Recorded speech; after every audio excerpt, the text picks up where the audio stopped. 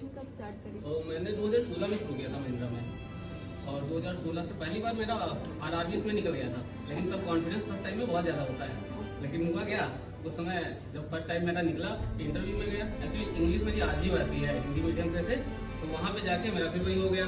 वापस जब final result आया तो बाहर, तो फिर हर साल देते रहे, कभी कभी प्री भी नहीं निकल रहा था। लेकिन एक सबसे अच्छी चीज़ होती है, सभी बताते रहते होंगे, ST जो आप लोग देते हैं प्रॉपरली दे रहे हैं। 2016 से 19 का अगर महिंद्रा का रिकॉर्ड देखा जाए, मेरा कम से कम 2 से 2.5 ST होंगी। और इतनी ST कहाँ से मिल गई, तो नहीं होता है, एक कार्ड से नहीं होता है। मैं बैंक था, अपना SSC वाला मैं दोस्त को देता था, उसका बैंक वाला मैं देता था, एक ST 2 बार देता था। 2-2.5 ST आराम से 2-3 साल में मैंने दे डाली है।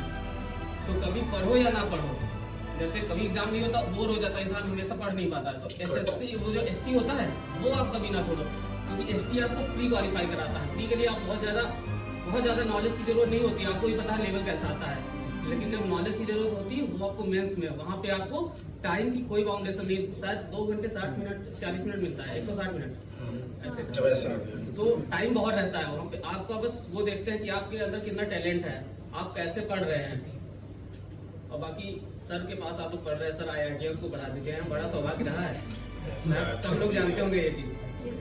तो ऐसा रहा है। मैथ तो वैसे मेरा एवरेज था, बहुत सर ने पढ़ाया। प्री का तो मैं सच बताऊं, सब सामने खड़े हैं, डांटिएगा मत, प्री का तो मैं सीरियसली लेते नहीं था। बस मेंस की क्लास जो मतलब प्री क्वालिफाई होने के बाद अलग से एक क्लास होती है, सर अभी होती थी मेंस की, वो हम लोग सबसे ज्यादा सीरियस लेते हैं, क्योंकि मेंस में इतना टफ आता है। आप लोगों ने किस ने मेंस कभी दिया है, किसी ने दिया है? यहाँ पे सब प्रेशर है ना, प्री क्वालिफाइड है, उनके लिए तो सबसे अच्छी बात भाई, एक चीज ध्यान रखना, चाहे जैसे पढ़ाई करो कोई मतलब नहीं है, सारे सब्जेक्ट जरूरी है, लेकिन जीओ को बिल्कुल साइड में मत करना। जो सबसे बिगड़ा बंदा होता है ना, वही जीए होता है।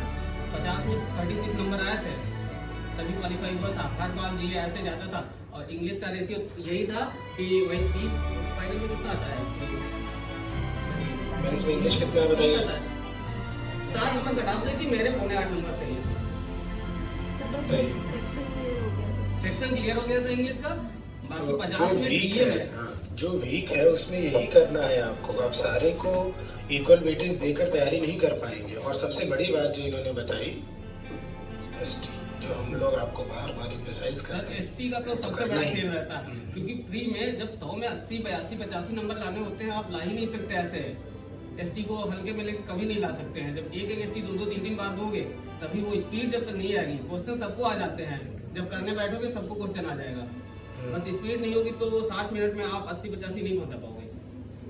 तो वही है, स्पीड बढ़ाने की कोशिश करिए। और हफ्ते में बस इतना हम यहाँ पे समराइज करेंगे, हफ्ते में जितनी अवेलेबल ST है लैब की, वो भी खत्म होनी चाहिए। हफ्ते में जो आपकी अवेलेबल ST हो रही है ऑफलाइन एक, वो भी होना चाहिए, ठीक है। और प्लस जैसे अल्टरनेट पे आप ST दे रहे हो, तो अगले दिन उसकी एनालिसिस जरूर करें। एनालिसिस के बारे में ये लोग अच्छी तरह जानते हैं कि इसका कितना बड़ा योगदान रहा है सिलेक्शन में। एनालिसिस का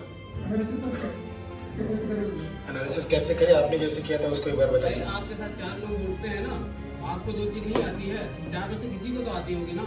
1 घंटा 2 घंटा बैठ के जब हम रील्स को स्लाइड कर सकते हैं ना, उस टाइम में हम इसको भी कर सकते हैं, 2-4 क्वेश्चन, तो वो क्वेश्चन वहाँ से सॉर्ट आउट हो जाते हैं। और उसमें हमारा बस बेटा 1 मिनट करो, बस हमारा इसमें ये कि एनालिसिस में उन क्वेश्चंस या उन कॉन्सेप्ट को सबसे पहले तरीज दें जो आपने पढ़ा तो है लेकिन उस समय क्यों नहीं कर पाए। उन क्वेश्चंस को समझते वक्त, उन क्वेश्चन को देखते वक्त अपने आप से पूछिए कि ये हम क्यों नहीं कर पाए।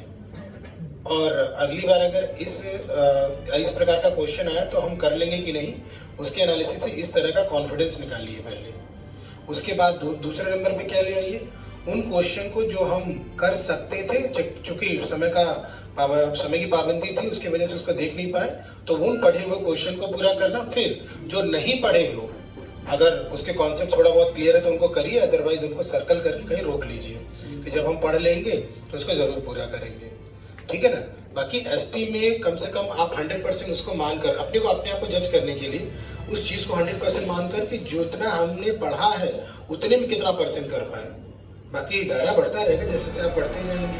अगर आप मिडिल में हैं, अगर आप शुरुआत में हैं, इसीलिए रिकमेंड किया जाता है शुरुआत से ST दीजिए। भले आपकी शुरुआत -5 से हो पहले ST में, लेकिन अगले में अगर -4 आया, फिर अगले में अगर -2 आया, अगले में अगर -1 आया, फिर अगले में 0 नंबर आया, ये क्या है? इम्प्रूवमेंट ही तो है। फिर अगले में 5 भी आएगा, 10 भी आएगा, फिर 20-25 जाएगा। एक ही दिन एसटी देके छलांग तो नहीं लगा लोगे ना 25-30 नंबर का, या 25 क्वेश्चन का या 30 क्वेश्चन का। उसके लिए प्रोसेस है, और वो प्रोसेस क्या है? समय लेगा।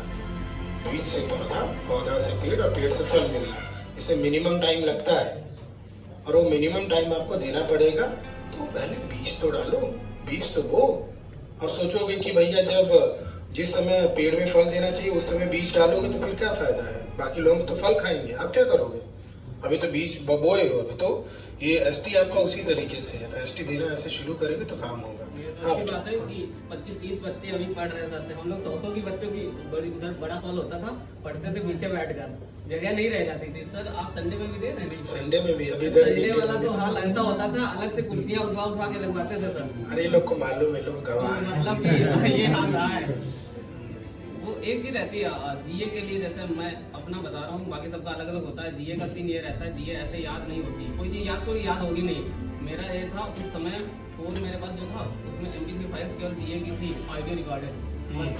जाते रास्ते में बर्तन साफ करते हुए, किचन में काम करते हुए सब वही चलता था। तो पता जो चीज 100 बार तुम आपके कान में पहुंच जाएगी ना, वो याद करने की जरूरत ही नहीं रहेगी। ये देखो फॉलो किया सर, टॉम क्रूज को जानते हो ना सब लोग? उसकी एक अभी नई मूवी आ रही है, मिशन इम्पॉसिबल का नेक्स्ट। एक उसमें मोटरसाइकिल स्टैंड को कर रहा है, सबसे हार्डेस्ट है ना। 500 बार स्काई डाइविंग की है, जो पहाड़ के बाइक को गिरा था। वो 60 साल की एज में 500 बार sky diving, 13,000 motor cross stunt, उसने एक स्टंट को परफॉर्म करने के लिए किया है। और वो कर सकते हैं 60 साल की एज में, हम लोग तो 20-25 साल का है। एक तो 60 साल की बात है, और दूसरी बात कि एक चीजों में उत्कृष्टता लाने के लिए उन्होंने उसमें कितने इनपुट दी, कितनी बार प्रैक्टिस की। ये तो एक छोटा सा हो सकता है आपको मूवी में केवल वो 30 सेकंड देखने को मिले, 10 सेकंड का, या 5-10 सेकंड को देखने को मिले, लेकिन इसके लिए कितनी मेहनत है पीछे उसमें परफेक्शन लाने के लिए। That is important. तो पेपर आपका 1 घंटे का है, तो उसके पीछे कितना आपको मेहनत करनी है, फिर सोचिए। जो परफेक्शन को चख लेते हैं ना, वो हर काम को फिर उसी तरीके से करने की कोशिश करते हैं। ठीक है, तो आप लोग भी ये प्रैक्टिस का जो भी है वो प्रैक्टिस वो भी किए, प्रैक्टिस आपको भी ऐसे ही करके आगे और परफेक्ट बनना है। हाँ बेटा बोलो।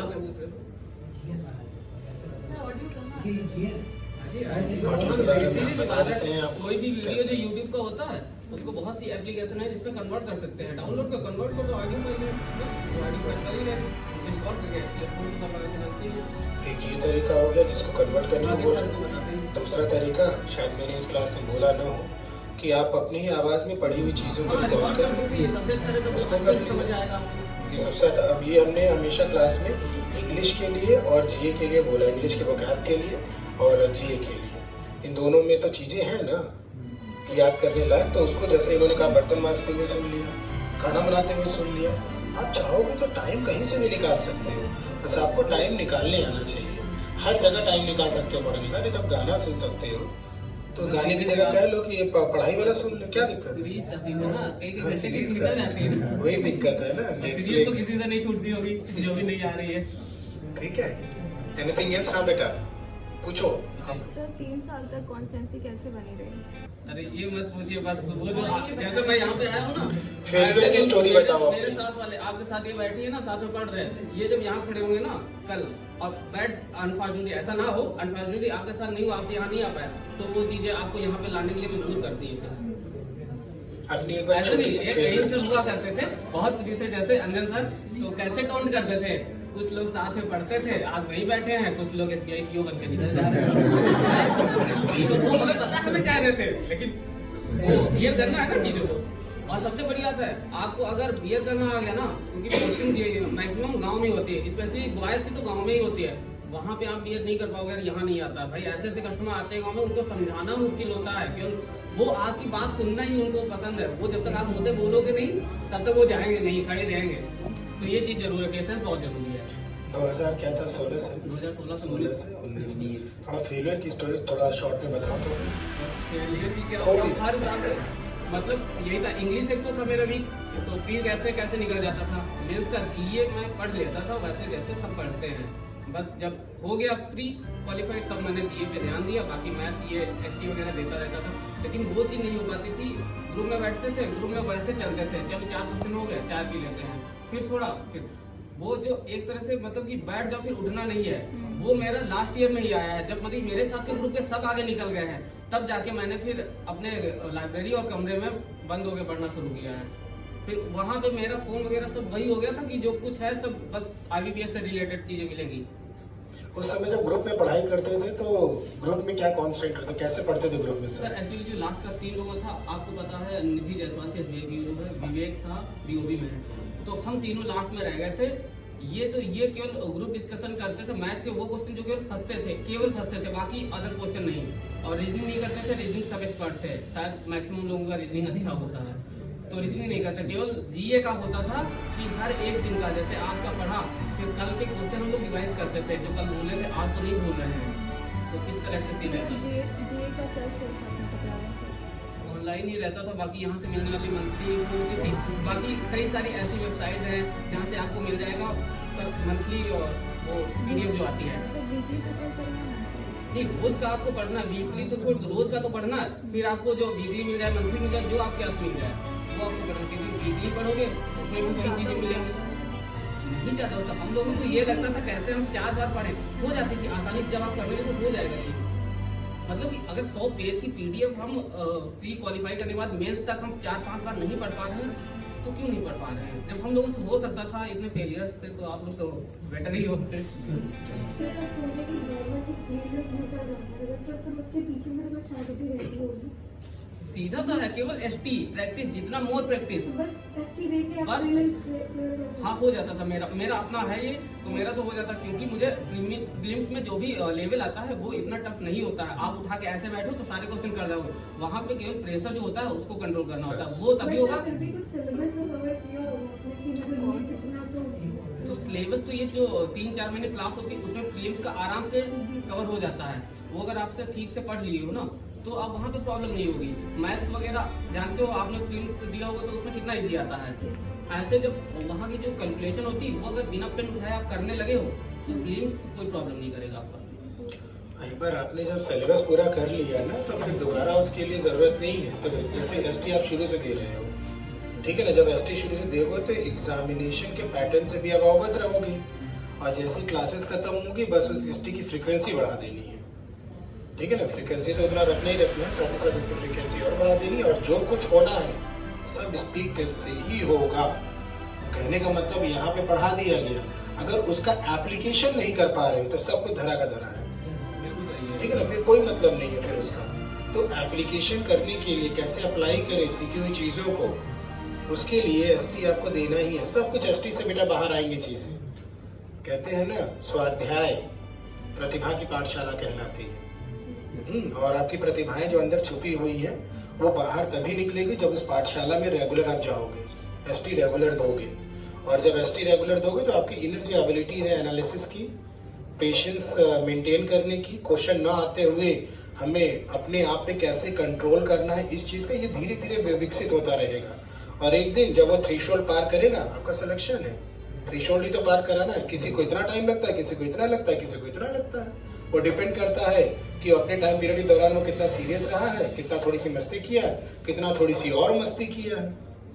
और ये बात सच है कि जो शुरुआत का टाइम होता है लगता है आओ तो बहुत इजी हो ही जाएगा, सिलेबस ऐसा होता है ना बैंक का, वो लालच देता रहता कि यार मैं इजी नहीं घुमाओ फेल हो गए, लेकिन जब 2 बार फेल हो गए 3 बार फेल हो गए ना तब सारे जमीन निकल जाती है। बस यहाँ पे यही लगता अब होगा ही नहीं। ये जो इन्होंने स्टेटमेंट दिया है ना, ये सेलेक्ट होने के बाद 10 में से 9 बच्चों ने स्टेटमेंट दिया है कि शुरू में आता है तो लगता है कि सब हो जाएगा, लेकिन जब करने लगो टाइम वो तो है, तैयारी का जो क्रम है वो तो टाइम का, वो तो स्पीड टेस्ट में या फिर एग्जाम में जाओगे तो शुरू में जब हम तैयारी करना शुरू करते हो लगता है सब हो जाएगा, लेकिन जब एग्जाम में जाते हो तो कुछ नहीं होता। तो वही है, एग्जाम जो देने जा रहे हो, यहाँ जो पढ़े उसके बीच का ब्रिज है ये ST, वही लेकर जाएगा वहाँ, ठीक है ना। जब तक ये नहीं करोगे तब तक वो सीढ़ियां बनेंगी नहीं आपके सिलेक्शन तक जाने की। यही सीढ़ी बना के जितना ST आप ढेर लगाओगे उतना आप ऊंचा उठोगे कहाँ सिलेक्शन की तरफ। वो इसको एम्फेसाइज रखिए, इसको कभी हल्के में न लीजिए। हाँ बेटा। सर कि जो प्रीलिम्स का सिलेबस आपने कवर किया तो सर आप साथ ही साथ उसको एसटी देते हैं? हाँ एसटी तो बिल्कुल है। सर रोज एक एसटी देते थे। रोज एक एसटी मिल जाता है, कितनी 3 एसटी हफ्ते में मिलती है ना। हाँ, ऑनलाइन में इनको अलग अलग एग्जाम की एसटी मिल जाती है, 2 है और एक ऑफलाइन भी कितनी है। आती है हफ्ते में, कितनी आती है बैंक सर की? 2-3 आ जाती 2-3 आ जाती है। तो मेरा नहीं एग्जैक्टली बताओ, अगर एसटी दे रहे हो तो मालूम होगा। बिल्कुल ऑनलाइन के कितने आ रहे हैं? सर ये 3 सर लेकिन वो एग्जाम 2 मेंस का सर 2 मेंस आता है। रिलेटेड है। देखिए सर मेंस का तो मेरा सीन रहा है कि मेंस की मैंने एसटी नहीं दी थी क्योंकि वो इतनी लेंथी हो जाती है कि जितनी देर आप एसटी लोगे ना, क्योंकि मेंस की कोई टेंशन टाइम की होती नहीं, 160 मिनट बहुत होता है वहाँ पे, आप नहीं कर सकते 160 मिनट में सब हो जाएगा, आपको आता है। तो मेंस के लिए तो आपको सारे क्वेश्चंस कवर करना, मतलब चीजों को सीखना हो उस लेवल के क्वेश्चन वो जरूरी होता है। तो प्रीलिम्स की एसटी देने के लिए जैसे आपने 3 दे दी अपनी आईडी से ना, कोई एसटी वाला आपका दोस्त है ना, उसकी आईडी से वही एसटी दोबारा दे सकते हो ना। तो क्वेश्चन इस तुम्हारी इसकी फंसे थे वहाँ पे सॉर्ट आउट कर ले जाओगे ना। बस एक एसटी को 2 बार दोगे, चीजें और बेटर होगी। दोस्तों से व्यवहार बना के रखिए। किसी का मेंस का थोड़ा सी करते करते उसी साथ हो गया कि उसके लिए मतलब कुछ आता है। नहीं, जब अगर आप यहाँ पे आए तो सोच के आए होंगे ना बैंक में जाना है, तो फ्री को अलग और मेंस को अलग क्यों मानना है नहीं भाई? मतलब उसका लेवल बहुत ज्यादा टफ रहता है, मतलब करो ये तो लगता मानसिकता है। सुनो, ये लाइन बड़ी है कि छोटी है? ये तो बहुत अच्छी चीज है, समझ कोई और लाइन खींचेंगे तो उसके कंपैरिजन में बताएंगे। बाहो तो बड़ी है। अभी मेंस दिया आपने? Yes, sir. नहीं दिया। दिए हैं मेंस दिया है, एसटी में एक्चुअली नहीं, हमने मेंस actually दिया है नहीं। तो वहाँ कैसा क्वेश्चन आता है इसका रिफ्लेक्शन तो आप एसटी में देख ले रहे हो। तो दोनों एसटी को सेम मानो, और ये मानो चाहे प्री का हो चाहे मेंस का, दोनों एसटी को सेम मानो, उसी क्रेजीनेस से दो कि नहीं ये हमारा मेंस का ही है और उसी को हमें क्वालिफाई करना है। तो आप ये मानसिकता पहले मत बनाओ तो बहुत टफ है। आप इन्होंने जितना भी दिया हो एग्जाम ये अच्छी तरह जानते हैं, कभी पेपर का लेवल टफ आ जाता है, कभी सिंपल आ जाता है, कभी मॉडरेट आ जाता है, कभी बहुत लो जाता है। अब इसका इफेक्ट क्या होगा? पेपर सिंपल आए तो कट ऑफ, और पेपर टफ आए तो कट ऑफ। और ये पैन इंडिया जितने बच्चे सबके लिए है ना, मेरिट पे कोई असर पड़ा? कोई नहीं असर पड़ा। असर किस पे पड़ा? जो बच्चा यहाँ से स्ट्रांग होगा वो संभाल ले जाएगा अपने आप को टफ सिचुएशन, टफ पेपर के केस में। और जो सिंपल पेपर के केस में है उसको भी अपने ये कंट्रोल करना पड़ेगा दिमाग को। यानी सिंपल में भी बहुत लोग बिखर जाते हैं, ओवर कॉन्फिडेंस में आ जाते हैं। तो दोनों में सिचुएशन, मानसिकताएं, साइकोलॉजी एक ही होती है। तो यहाँ पे एक दिवसीय परीक्षा में चूंकि फेल और पास कुछ नहीं है, आपको मेरिट में आना है, तो मेरिट में आने के लिए चाहे पेपर सिंपल हो चाहे टफ हो, इसका कोई डिफरेंशिएशन नहीं करना है, ना करेंगे। ठीक है ना? उसी मानसिकता से आप काम करिए कि हमें मेरिट में आना है। और मेरिट में आने के लिए पेपर सिंपल आया तो अपने आप से कहेंगे भैया पेपर सिंपल है, मुझे गति बढ़ानी है ग्रेजुअली और गलत होने के चांसेस कम से कम रहे। पेपर टफ है, तुरंत अपने आप से कह दिया यार कंट्रोल बेटा, अपने आप से करो, कंट्रोल करो अपने आप को और पेशेंस के साथ आगे बढ़ो। बस कोई क्वेश्चन अगर है तो किसी भी क्वेश्चन को उठाए तो उसको पूरा करके आगे बढ़े, जिसको भी चूज करे, और वाइजली चूज भी करना है क्वेश्चन को। ठीक है ना? हो जाएगा। 2016 SBI में वो क्या नाम, ठाकुर, दीपक ठाकुर, उसका थोड़ा रुका था और उसके साथ में एक और बच्चा था जो मैथ में चल रहा था, तो उसका हो गया था। उसने क्या आके बताया था क्लास में, केवल उसने 3 क्वेश्चन किए थे मैथ्स में। बहुत टफ आया था पेपर वो। और ये अच्छी चीज होती है, अगर टफ आ रहा है तो आपके लिए, अगर आप पढ़ रहे हो सीरियस हो गए, टफ आ रहा है तो आपके लिए अच्छा है, मेरिट कम जाएगी। निगेटिव मार्किंग हटा दो, निगेटिव क्वेश्चन अटेम्प्ट ही मत करो। आपको पता रहता है आपका कॉन्फिडेंस किस पे है, जब पॉजिटिव करोगे तो उसमें आपको एडवांटेज भी मिल जाता है यहाँ पे बैंक में। बस ठीक है?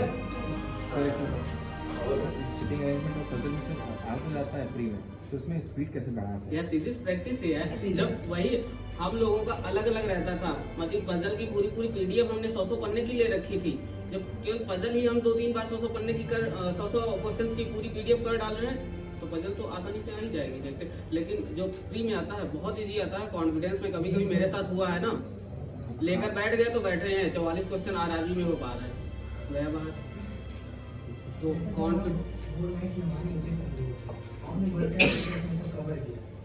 प्री का तो सीन ऐसा था कि निकल जाता था 10, 12, 13 नंबर आ जाते हो जाता था, बट मेंस में समझना रहता है तो मैं उतना ही कर पाता था जितना मुझे आता है। मतलब 30 में 10 नंबर का समझ में आ रहा है, 10 ही में कर रहा हूँ, बाकी छोड़ दे रहा हूँ। मुझे कट ऑफ ही क्लियर करनी है, मैं समझ रहा हूँ कि ज़्यादा के चक्कर में मैं नीचे चला जाऊँगा, इसलिए मैंने केवल बाकी सब्जेक्ट को थोड़ा ज़्यादा स्ट्रॉन्ग किया। सर जो क्वेश्चन होते हैं वो डिपेंड करता है कि उसमें भी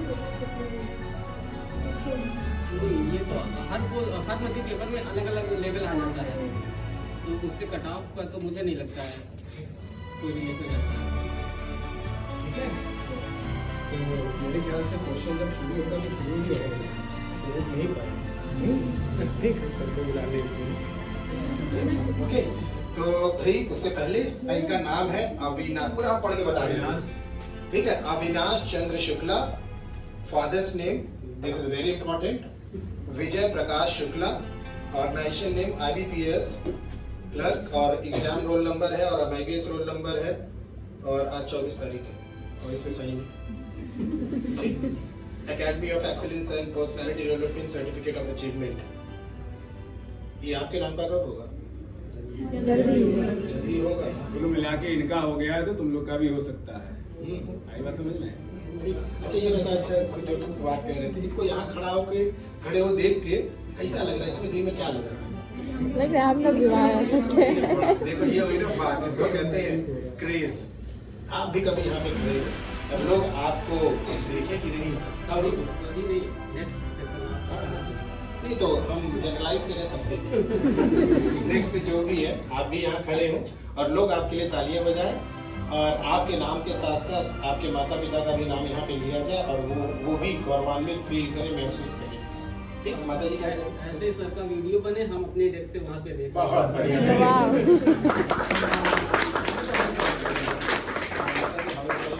माता जी का नाम ये भी है, ठीक है ना? तो उनका भी नाम रोशन हो, उनको भी लोग, सब लोग जाने, माता पिता को भी।